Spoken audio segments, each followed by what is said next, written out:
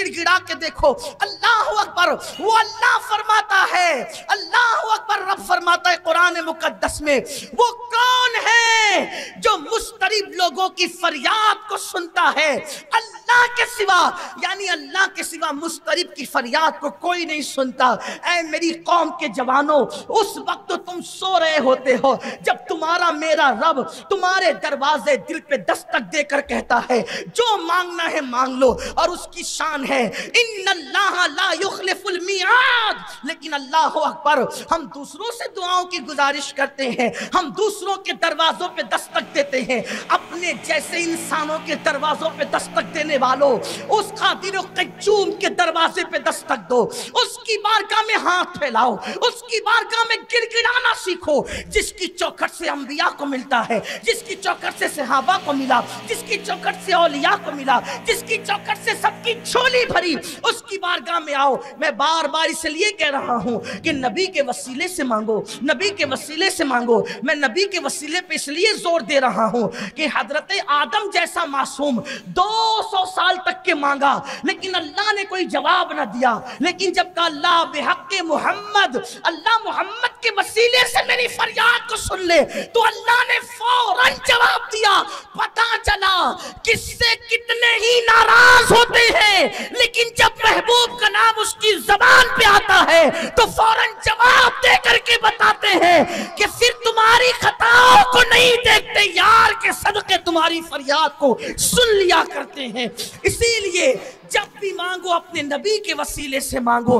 आपको हैरत होगी, आपको जब आदम ने अल्लाह के नबी का सज्जदुल अंबिया का नाम लिया तो अल्लाह ने कहा तुम्हें कैसे पता चला कि मोहम्मद मेरे महबूब है? तो अर्ज किया कि जब तूने मेरे अंदर रूह डाली थी तो मैंने अर्श के ऊपर तेरे नाम के साथ उसी मोहम्मद का नाम लिखा देखा। मैं समझ गया कि जिसका नाम तूने अपने नाम के साथ लिखा है सबसे ज्यादा वो तुझे महबूब है। तो इरशाद हुआ आदम, उनका वास्ता देकर तूने सिर्फ अपने लिए मांगा। आदम अगर उनके वास्ते से पूरी कायनात अपनी औलाद के लिए मांग लेता तो मैं सबको भी अता कर दे। रात की आखिरी पहर में गिड़गिड़ाओ अल्लाह की बारगाह में। बहरहाल तो अर्ज ये कर रहा था कि हुजूर गौसे पाक के वालिद मुसल्ला बिछा के नमाज पढ़ते हैं, आपकी वालदा भी पीछे खड़ी हो जाती है। सुबह हुई तो हुजूर गौसे पाक के नाना आपके पास आकर कहते तेरा चेहरा बताता है कि रात कैसे गुजरी। हाँ का अच्छी गुजरी, मगर तुमने अपनी बीवी का मुंह नहीं देखा?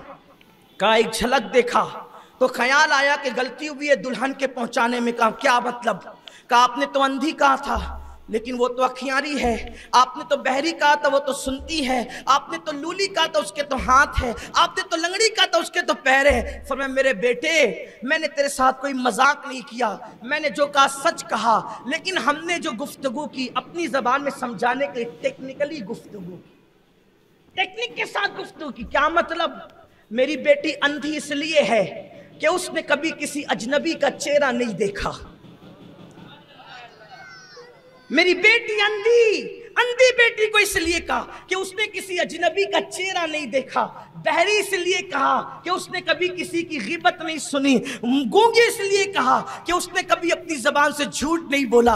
और लूली इसलिए कहा कि उसने अपने हाथ से कभी जुल्म नहीं किया। लंगड़ी इसलिए कहा कि उसने कभी बाप का आंगन नांग करके बाहर की दुनिया को नहीं देखा, वो बाहर चल कर नहीं गई। वो तेरी ही बीवी है, जो मैंने कहा था वो सच है, जो तूने देखा वो भी सच है।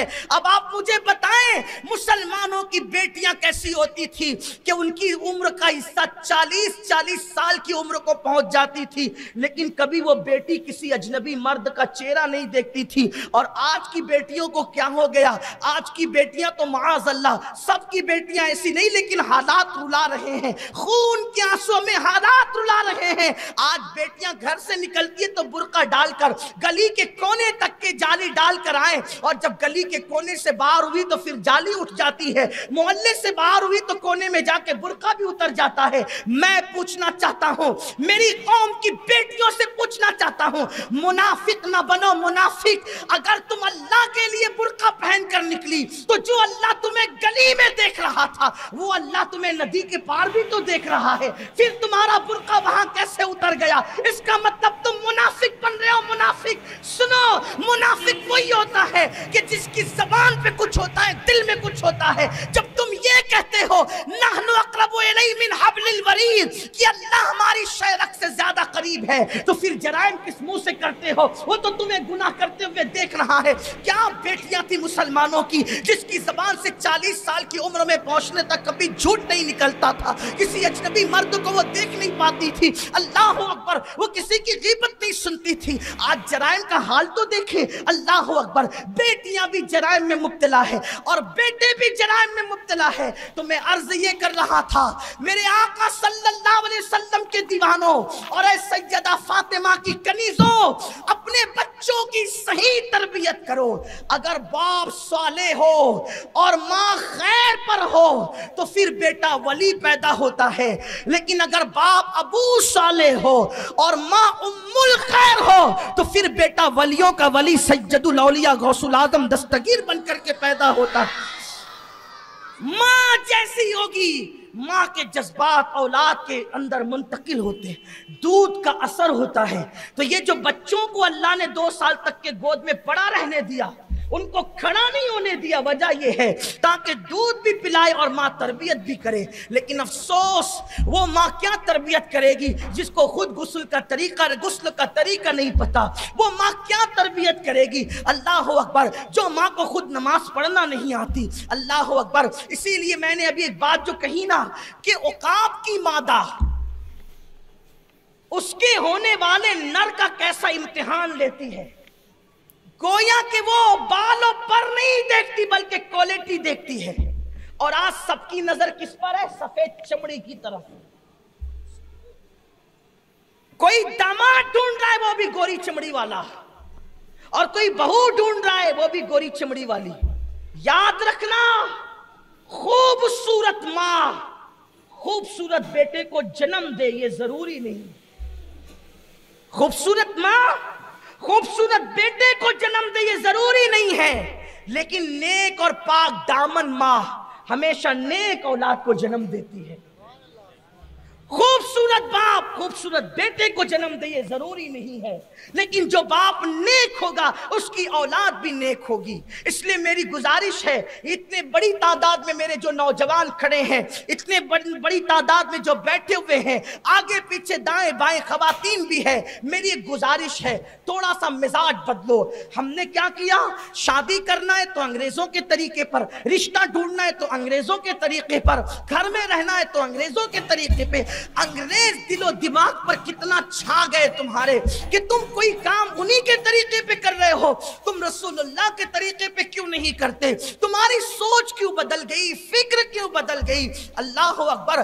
انگریزوں کے یہاں گوری چمڑی کی بڑی اہمیت ہے, تو تمہارے یہاں بھی تو گوری چمڑی کی اہمیت ہو گئی. یاد رکھیے, گوری چمڑیوں کی کوئی حیثیت نہیں ہے. سفید چمڑیاں نہ دیکھو بلکہ چہرے نہ دیکھو, کردار دیکھو, کردار, کوالٹی دیکھو, کوالٹی. اس لیے کہ اللہ اکبر, کبھی کبھی تو رنگ ایک بچے کے بعد بھی جل جاتا ہے, کبھی کوئی بیماری آتی ہے صورت بگڑ جاتی ہے.